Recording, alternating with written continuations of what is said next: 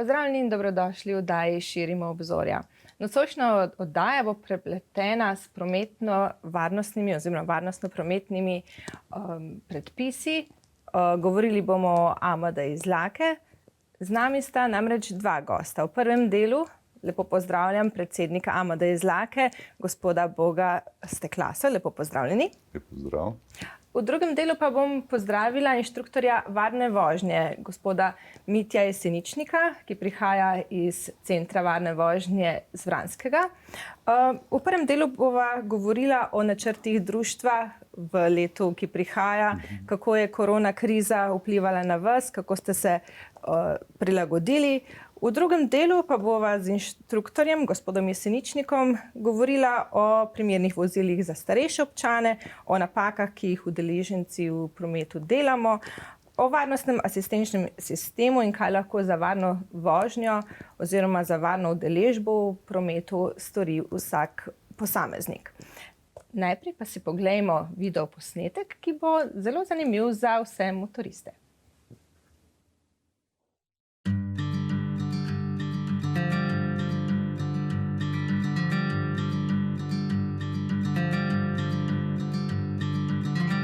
Jaz sem bil v bistvu presenečen samega sebe zmeraj znova prvič in zdaj, koliko se po 40 letih na motorju še zmeraj lahko naučim.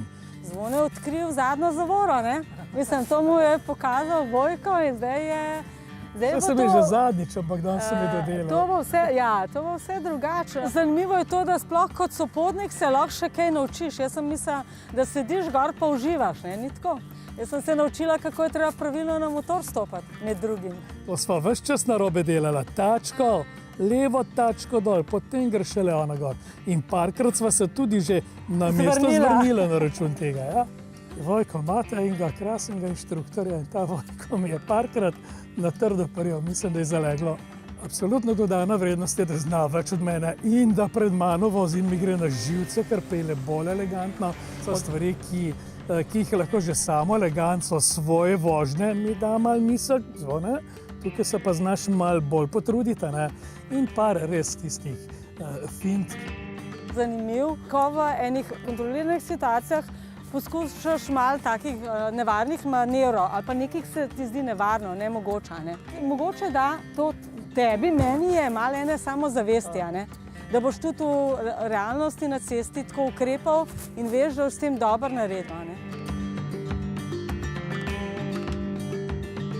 V teh letih se je tudi svet spremenil, tako da pot bo od Argentine do Aljaske, me bo vodila približno 8 mesecev, kakšnih 50.000 kilometrov. Seveda jih bom drugače doživelo kot takrat. In drugače še to, ko sem takrat krenil na to pot okoli sveta, sem imel za sabo 10.000 kilometrov nekih afriških motorističnih izkušenj, skratka kolovozi in čista improvizacija. Zdaj imam recimo 350.000 plus 2 tečaja pri vas.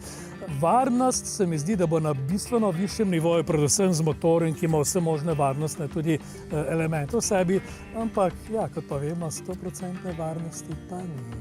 Zlasti izven Evrope, praktično povsod, je vozniška kultura drugačna, ne, kot tu in bo se bolj po občutku kot po predpisih, ne, in če kje moš pa v taki situaciji misliti tudi na druge udeležence oziroma misliti, kaj oni mislijo, da nič ne mislijo včasih. Ko tankava na bencinski pumpi namesto benzina dizel. Obratno, namesto dizla benzin. Pardon, seveda, no, skratka, in ostanemo v nedeljo zvečer za cesto. No, to je bilo edino, da sva rabila do zdaj, ampak za vse, ampak da bi se rekel, jaz se tudi prevežem zmeraj v avtu, čelado, da zmeraj gor, čeprav še nisem je zaresne nesreče, ampak preventiva, povej ti, preveč govorim. Tako. To je, mislim, pravzaprav to je ena od stvari, ki je skoraj boljš, če ne rabiš veliko porabiti, ne. AMZS je pa v življenju največ koristil nama na potovanjih. Carnet de passage, to je ta, bi rekel, potni list za motor. AMZS nekako garantira za to, da iz motorja tam ne bom prodal. Tujce, ki so jih srečevali, recimo Angleže, nekje na teh afriških, azijskih cestah, oni so morali dobesedno položiti v banko protivrednost motorja, da so ta dokument, depozit, ne, ki ga ja. merva tako rekoč za drobiž dobiva, da so ga sploh lahko imeli. Ja, jaz sem od pamti veka že član AMZS-ja. Za boljši občutek po evropskih cestah je ta članarina zelo smiselna, ko se pa enkrat konča Evropa, je pa pač to čas za avanturo.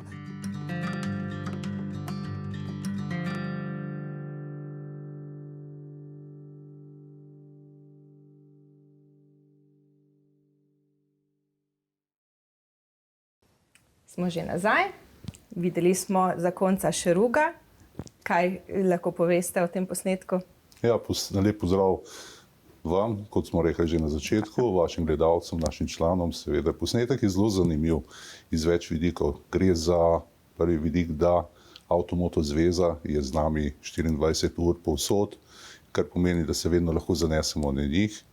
Imamo pa hkrati tudi center varne vožnje, kjer lahko vsi, od avtomobilistov, motoristov, voznikov tovornjakov, terenskih voznikov, vozil, avtobusov, posebnih reševalnih vozil, preizkusijo oziroma se naučijo posebnosti v različnih razmerah.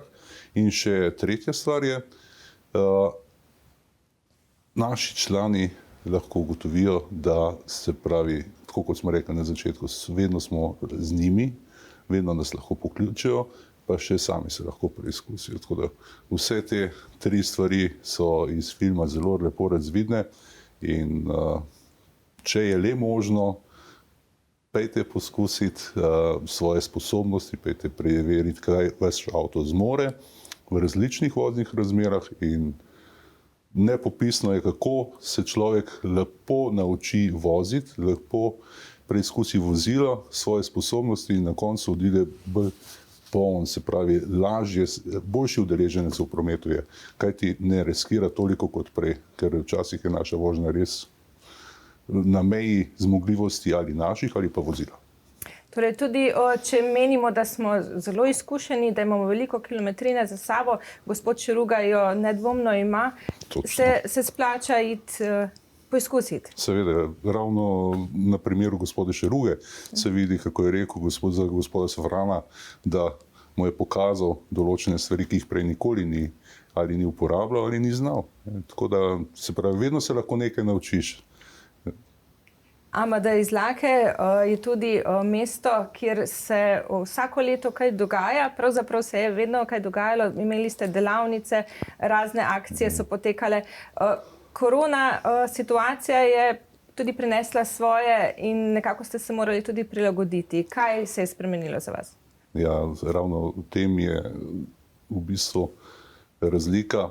Prejšnja leta smo vedno vabili naše člane, naše krajane v gasilski dom na Izlakah in jim ponudili prometno delavnico s priznanimi inštruktorji varne vožnje in drugimi eminentnimi gosti.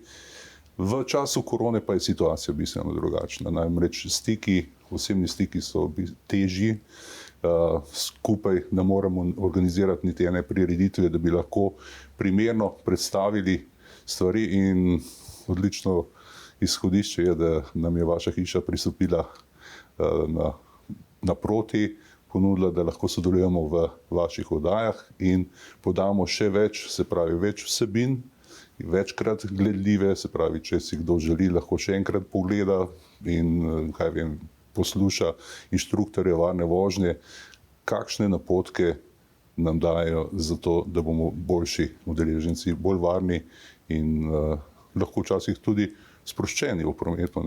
Vse situacije v prometu niso nevarne, večina pa je.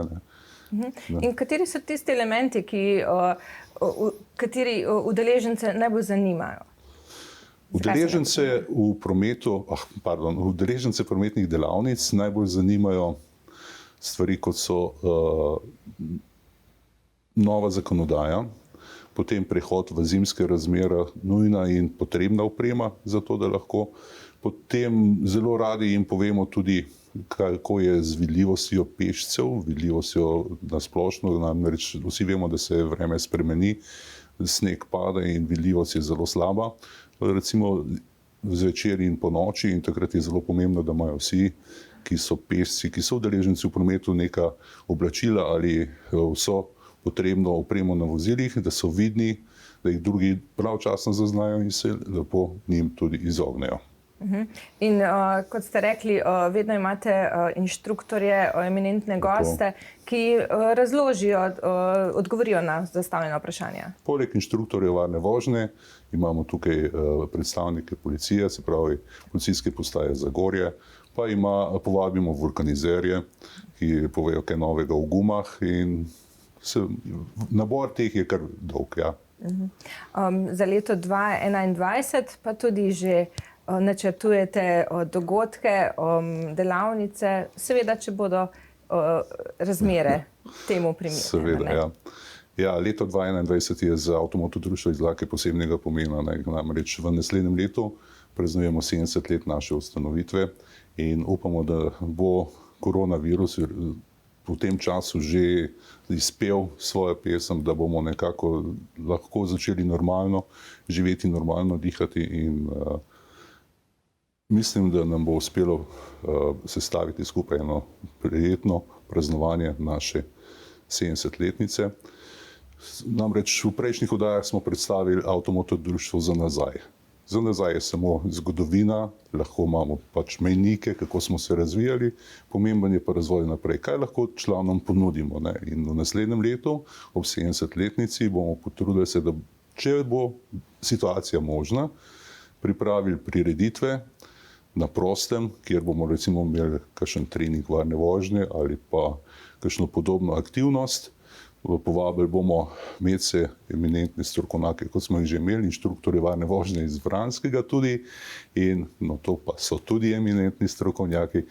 In upamo, da nam bo res uspelo. Seveda pa ne smemo pozabiti tudi na ostale stvari. Namreč imamo motosekcijo, ki bo, če bo le možno, letos ni bilo možno, Motogolaš Party, ki obeležuje konec motoristične sezone, letos ni bil izpeljan, ker je žal zaradi korone ni šlo. Upamo, da bo naslednje leto, kajti gre za tradicionalno druženje motoristov, prijateljev iz motoklubov Zasavja, Slovenije in tujine. Potem naši člani, motoristi, radi hodijo na daljše ture, kot so bili Maroko, kot je Nordkap, in verjamem, da imajo še kar nekaj načrtov. V modelarski sekciji se redno udeležujeta tekmovanj v tujini. Gre za Campo Galliano v Italiji, v München v Nemčiji, naša tekmovanja, in to so tekmovanja v krožnih in hitrostnih dirkah. Tako da kar nekaj aktivnosti, ki jih načrtujemo. Seveda pa tudi za člane, kjer bi želeli, da s kakšno primerno stojnico na prireditvah, če bojo, promoviramo lastno dejavnost in dejavnost Avtomoto zveze. Kajti članstvo, zadovoljno članstvo je naš cilj in povabilo k članstvu je pa tudi naš interes. Tako, AMD Izlake je tudi, kot ste omenili, zelo povezan z lokalno skupnostjo, z društvi, vedno takole sodelujete, mar ne? Seveda, sodelovanje je eden od pomembnih segmentov našega dela in ravno ob 70-letnici bi se radi tudi društvom, ki so zahvalili za njihovo pomoč pri našem. Gre za gasilsko društvo, gre za Pondokvan Izlake, pa policijska postaja Zagorje, pač ni društvo, je pa ustanova, ampak nam na naši poti veliko pomaga. ETV je tudi ena od se pravi družb, ki nam stoji na poti in vedno nam pomaga, kar bi pa radi tudi primerno nagradili. Poleg posameznikov, ki jih želimo nagraditi z odličja Avtomoto zveze Slovenije, ravno danes smo poslali predloge za odličja za leto 2021 in verjamem, da so vsi predlogi primerno utemeljeni in da bojo tudi vsi tudi sprejeti, ker gre še za recimo naš Blaž Klopčič, ki zelo dobro vodi motoristično sekcijo, vodi poleg predsednika motoristične sekcije, seveda Jožeta Žiberta, pa naša blagajničarka Nataša Steklasa. Tako da kar nekaj ljudi, ki nam pomagajo, seveda se bomo pa primerno oddolžili na naši prireditvi. Tako. Upam, da jo bomo imeli v maju, kajti v januarju bomo napolnili 70 let. Torej, tudi mi držimo pesti, da se bo to uresničilo. Seveda. Seveda ne smeva mimo članstva, za nove člane je še vedno prostor. Povejva, kaj član AMD Izlake oziroma AMZS-ja pridobi? Člani Avtomoto društva Izlake so hkrati člani Avtomoto zveze in obratno. In vsi, ki se včlanjujejo na novo, se lahko članijo vsakem centru Avtomoto zveze Slovenije ali nas pokličejo, bomo tudi mi poskrbeli za to, da se lahko včlanijo.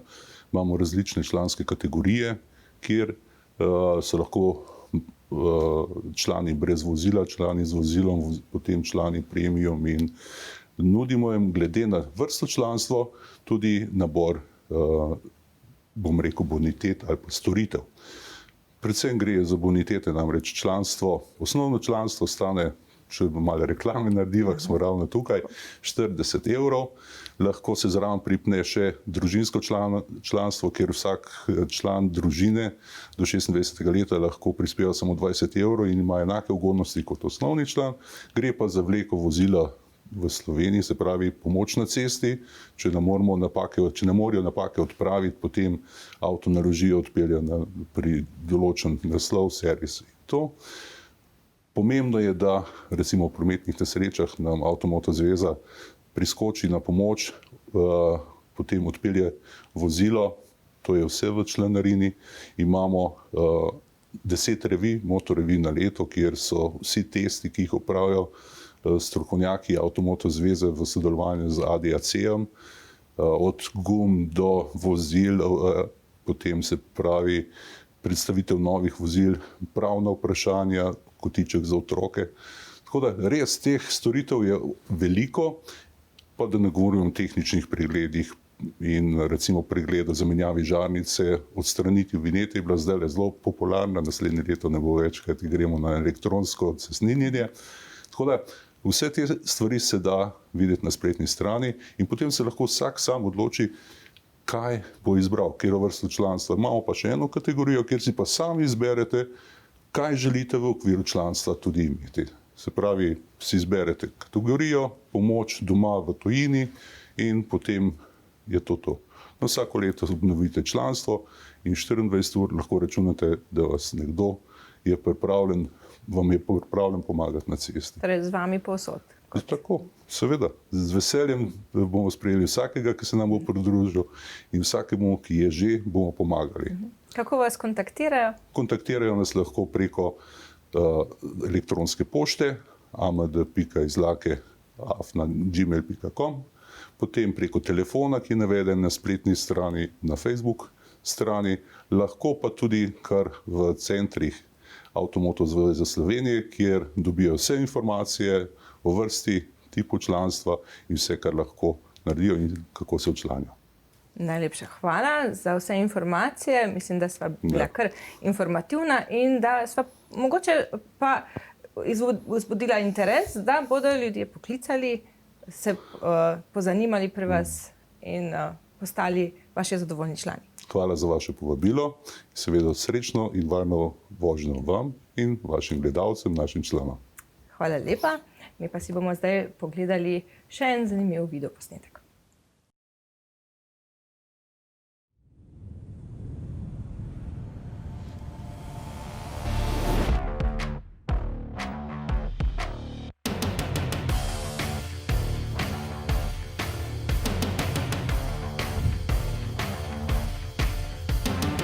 Za nekoga, ki nima izkušenj s terenske vožnje, zna biti testiranje svojega avta nekje sam v naravi zelo drago.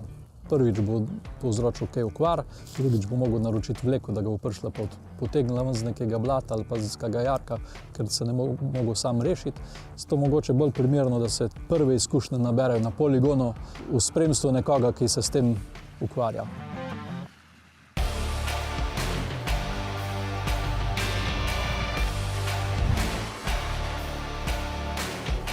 Večina kandidatov se prvič sooči z neko terensko vožnjo in jim bolj pokažemo sploh, kakšne so sposobnosti njihovih avtomobilov. Za terence uporabimo še en modul, kjer se naučimo uporabljati štirikolesni pogon Sistem za nadzorovanje zdrs, elektronski stabilizacijski program, pomočnik pri zaviranju, sistem za nadzorovanje spust po klancu. No, zato so sistemi, ki so v večini teh avtomobilov že serijsko vgrajeni.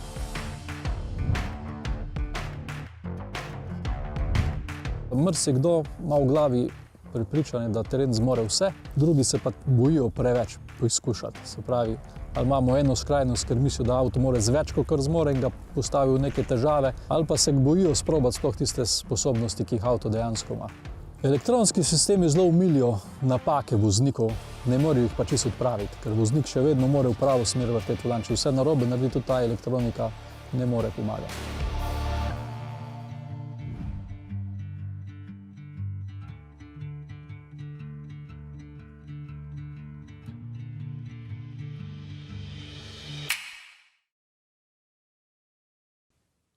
Dobrodošli nazaj. V studiu že pozdravljam gospoda Mitja Jeseničnika. Lepo pozdravljeni. Lepo pozdravljeni. Inštruktor varne vožnje na Vranskem.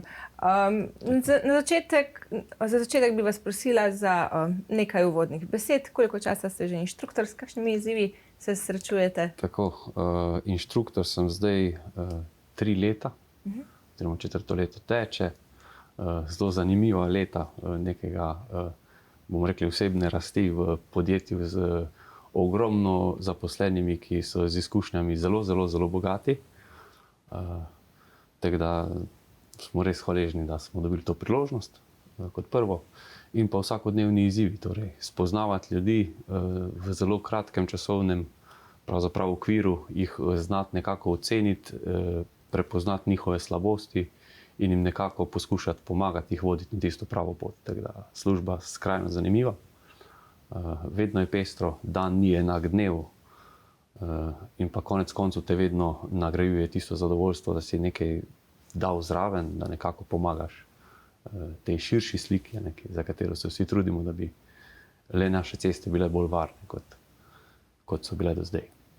In kaj pravzaprav srečujete, oziroma kakšne izkušnje ste lahko potegnili? Ali so bolj pogumni ali pa vase prepričani mlajši vozniki ali starejši? Ja, to je pravzaprav zelo zanimivo, ker ko vprašamo starejše voznike, so problematični mlajši, ko vprašamo mlajše voznike, so problematični starejši. Podobno je tudi med spoli, se pravi, če vprašamo ženske, kdo je najboljši voznik, so hitre roke v zraku. Tako da ne moremo sploh ne posploševati. Dejstvo je, da v vsaki skupini se najdejo zelo prijetne in lepe izjeme vzornih voznikov in pa žal tudi vsaka skupina ima nekaj tistih izjem, ki pač znižujejo nekako povprečje. Glavno je, da se poskušamo vsi skupaj nekako razumeti in pa sobivati na cesti. Na cesti se dejansko pa srečujemo popolnoma vsi, od mladih do starih, do dejansko najstarejših, pešcev, kolesarjev.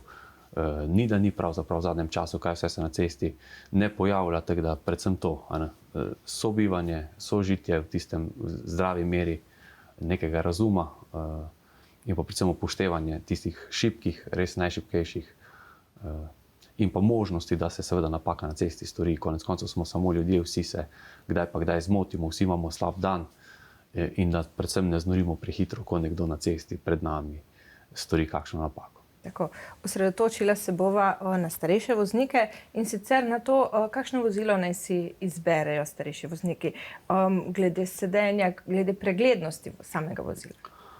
Lahko se dotaknem komentiranih voženj, ki jih upravljamo v zadnjem času. Dejansko je to kar zelo v porastu. Imamo res opravka z najstarejšo populacijo na cesti in nekako težave, večina nekako ima težave z upravljanjem sklopke. Kljub temu, da se tega zelo dobro navadijo in dejansko do neke mere zelo dobro obvladajo, ampak ko je treba upravljati več stvari hkrati, postane sklopka eno dodatno breme za takšnega voznika. Ali bo prepozno prestavljal, ali bo morda celo pozabil, v kakšni prestavi se pelje in se potem zaradi tega posledično znajde v težavah, ko je treba avto znova spravljati v pogon. Tako da predvsem bi svetoval, če je le možnost posegati po avtomatskih menjalnikih čim prej, zato da se človek potem tudi navadi, da se znebi nekako strahu pred avtomatskimi menjalniki, kar močno pripomore k temu, da človek v starejših letih ostane nekako mobilen. Potem pa predvsem, da ohranja zdravo oziroma dobro vozniško kondicijo, da vozi redno in pa da ne nabira nekih, bom rekel, slabih vozniških navad, predvsem to. In tudi na Vransko so najbrž vabljeni starejši. Vsekakor, tudi to je v porastu, vedno več zanimanja. No. Nekako programi za starejše, senior, se tudi vedno več izvajajo, predvsem pa so starejši tudi dostikrat tisti, ki pridejo k nam spoznati svoje novo vozilo. Kajti tudi to se je pokazalo, da ljudje vozijo sicer dosti sodobna vozila že, ker so že na tržišču dostopna za relativno nizko ceno, dejstvo pa je, da potem ta vozila dosti slabo poznajo, predvsem kar se asistenčnih sistemov in pa opreme avtomobilov tiče. Tako da, kje preizkusiti bolj varno kot na nekem dovolj velikem centru oziroma cesti, kjer ni ostalih udeležencev, pravzaprav v Sloveniji je to eden boljših krajev in pa bolj varnih krajev, kjer lahko preizkusite res od A do Ž, kar vaše vozilo zmore, kaj vaše vozilo ima. In pa seveda tudi prejmete neka napotke, navodila, kako to uporabljati. Dobro istočnico ste vzeli, varnostni asistenčni sistemi. Da. Za tiste, ki ne poznajo toliko, kaj pravzaprav so, kako delujejo. To so vse pravzaprav pripomočki oziroma pomagala vozniku, ki vozniku omogočajo oziroma olajšajo delo. Ne gre definitivno še ne za neko avtonomijo vožnje, da bi sistemi kakorkoli bili sposobni samodejno upravljati eno ali drugo, še vedno se zahteva popolna navzočnost oziroma pozornost voznika. Kot takega so pa pripomoček, zelo dober pripomoček, da se stresni nivo voznika zniža, da se težavnost same vožnje zniža in pa predvsem na dolgi rok, na dolgo vožnjo mogoče voznik manj utrudi. No. Tako da gre predvsem za te sisteme in pa za sisteme, ki v nekih kritičnih situacijah pripomorejo k temu, da vozilo ostane stabilno, se vrača v želeno smer, kamor voznik pač nakazuje z obračanjem koles z volanom. Smo pa že zdaj tudi v tej fazi, da vozila prepoznavajo samodejno vozila, ki vozijo spredaj, so že sposobna prilagajati in vzdrževati varnostno razdaljo, so že sposobna praktično v neki sili tudi ustavljati za vozilom, ki ustavlja pred nami, ampak še vedno so ti sistemi v nekih okvirih, bom rekli, zmožni do nekih hitrosti, marsikaj od določenih hitrosti naprej pa dosti manj. No, in predvsem tega bi se mogli vozniki dobro zavedati. Dobro se morajo zavedati, da so še vedno oni za volanom, da morajo imeti avto pod kontrolo. Tako, vozila še ne peljejo sama. Tako, in pri tej vožnji vemo, da marsikdo dela kakšne napake, drobne, ki se lahko hitro pozabijo, so pa napake, ki je dobro, da jih ne delamo, ne? Ker spravljamo sebe in tudi druge v nevarnost. Kakšne pa so tiste najbolj pogoste napake, za katere morda vozniki mislijo, sej bo šlo, sej jaz dobro vozim? Da, včeraj oziroma v teh zadnjih dneh recimo ena taka situacija pri Velenju, verižno trčenje, kjer je bilo udeleženih 6 vozil, praviloma zaradi premajhne varnostne razdalje. Nekdo zapelje iz neznanega razloga na levi nasprotni vozeči pas, tam pride do prometne nesreče, udeleženih potem še 6 vozil, kar je kar malo zaskrbljujoče. No. Kljub temu, da bi lahko bili udeleženi samo 2 vozili, konec koncev jih imamo 6. Torej, to je ena stvar, vožnja na prekratki varnostni razdalji, potem druga stvar, ki jo lahko iz tu ven potegnemo iz neznanega razloga na nasprotni vozni pas. Ne bomo posploševali, ampak v veliki večini primerov iz neznanega razloga gre zaradi pogleda, ki je bil usmerjen v vozilo, torej v neke naprave, ki so v vozilu montirane, ali v mobilne telefone, ki jih vozniki dostikrat še vedno prenašajo v rokah in z njimi marsikaj upravljajo. Tako da predvsem na to bi nekako apeliral, vozniki si naj zagotovijo dovolj varnostne razdalje, da bodo lahko v vsaki situaciji ustavljali oziroma varno reševali svojo in pa tujo lastnino. Druga stvar pa predvsem mobilne telefone in naprave teh ali drugih oblik, dajmo takrat, ko vozimo z rok, odmislimo te skrbi oziroma tudi skrbi, ki jih nosimo s sabo, predvsem tiste, ki nas nekako čustveno bremenijo, se pravi, neka hitra sprememba čustvenega stanja lahko v vozilu nosi hude posledice, ker bomo spremenili svoj način vožnje, marsikaj mogoče spregledali, postali agresivni ali pasivni v smislu tega, da bomo z mislimi pač popolnoma druge. Predvsem to, kot vozniki bomo vedno zbrani, dokler smo za volanom, osredotočeni na to, kaj se pred nami dogaja, poskušajmo pač z naborom svojih izkušenj predvidevati situacije, ki se lahko zgodijo in pa vedno biti pripravljeni na vse. Konec koncev se prometne nesreče dogajajo v okviru nekje 15 km od tistega naslova, kjer smo doma oziroma v bližini našega cilja. Tam smo tudi najbolj nekako prepričani, da vse poznamo, da vse zmoremo, da vse točno vemo, kako vedno bo. In takrat vozimo preveč avtomatsko, preveč prepričani, da bo šlo. Sedejo šoferji morda prevečkrat, rekli ste nezbrani, morda tudi preutrujeni za volan. Zdaj bo spet zimski čas, ko bodo dnevi krajši, naprimer vožnja iz službe, pa bo spet v mraku. Ja, zelo zanimivo je, da recimo v Sloveniji se sploh zelo poudarja vožnja trezen voznik, a ne vožnja ne pod vplivom alkohola, kar smo že razmeroma dobro nek nivo dosegli. Konec koncev so pa znanstveniki dokazali, da utrujen voznik je približno enako motorično sposoben kot vinjen voznik. Se pravi, imamo v določenih urah dneva na cesti dosti, bomo rekli po narekovaji, vinjenih voznikov, ki so le močno utrujeni. Ali se vračajo iz službe domov, ali gredo zgodaj v službo, pa niso dobro spali, kakorkoli že, ali so dolgo na poti. Utrujen voznik bo motorično dosti slabše odziven, dosti slabše sposoben tudi dojemati okolico oziroma spremljati okolico in je lahko potencialno seveda nevaren. Na te stvari bi bilo dobro biti pozoren, je pa res, da tudi se v avtomobilih že pojavljajo sistemi, ki prepoznavajo takšne voznike in voznikom svetujejo, naj se ustavijo, naj se spočijejo, naj se nekako zberejo in vozijo bolj spretno oziroma bolj pozorno naprej. Torej, bolje za nekaj minut ustaviti, morda malo svežega zraka? Da. Ampak se zavedati predvsem to edina pomoč proti utrujenosti je dejansko spanec, kar si pa velika večina na cesti seveda ne more privoščiti. Tako, torej treba je biti pazljiv zelo na pazljiv, tem področju. Kaj lahko vsak udeleženec v prometu stori zase in tudi za druge, da bomo vsi varni? To smo že omenili malo prej, pravzaprav. Predvsem biti strpen do drugih udeležencev, paziti na najšibkejše udeležence, kot so pešci, kolesarji in vsi tisti, ki nimajo zaščite, jeklene zaščite okoli sebe, seveda tudi motoristi, in pa pričakovati, da se napake na cesti žal dogajajo.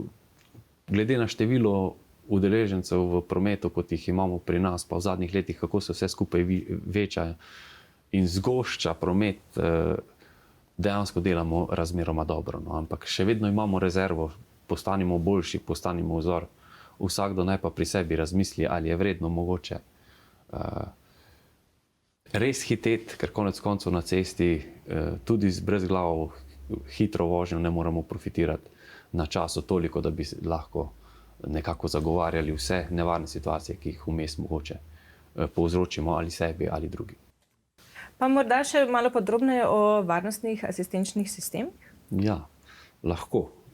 Zdaj smo že na nivoju kar dobre založenosti avtomobilov z asistenčnimi sistemi, seveda, če smo na to vsaj malo pozorni. Bi bilo pa seveda dobro, da ko kupujemo novo vozilo, mogoče malo več pozornosti namenimo sami opremi, kakšni so sistemi v tem vozilu nameščeni in pa posegamo po boljše opremljenih avtomobilih, kajti se kaže, da ti sistemi dosti doprinesejo k varnosti v cestnem prometu. Nikoli ne vemo, kdaj bo na nas seveda uperjena tista roka, ko bo preverjeno naše znanje in pa sposobnosti.